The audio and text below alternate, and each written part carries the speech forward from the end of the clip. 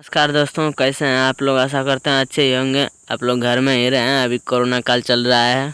बता दें कि आज एक बहुत ही दुख का बात है कि खेसारी लाल यादव का जाने माने राइटर, बल्कि खेसारी लाल यादव का नहीं सबका राइटर है जिसका नाम है श्याम देहाती, आज उसका निधन हो चुका है। बहुत ही दुख की बात है कि इसका मौत कोरोना के वजह से हुआ है।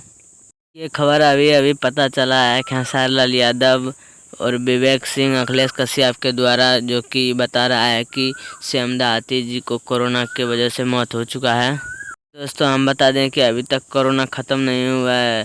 सब अपने अपने घर में रहें, सोशल डिस्टेंस का पालन करें, मास्क, हाथ साबुन से हाथ धोएं। कि पहले वाले से ज़्यादा कोरोना अब की बार हुआ है। बहुत ही दुख की बात है कि ऐसे ही लोगों को कोरोना होता है। आप सब गुजारिश करते हैं कि आप लोग घर में ही रहें। कोरोना को अभी ख़त्म नहीं हुआ है। सोशल डिस्टेंस पालन करें।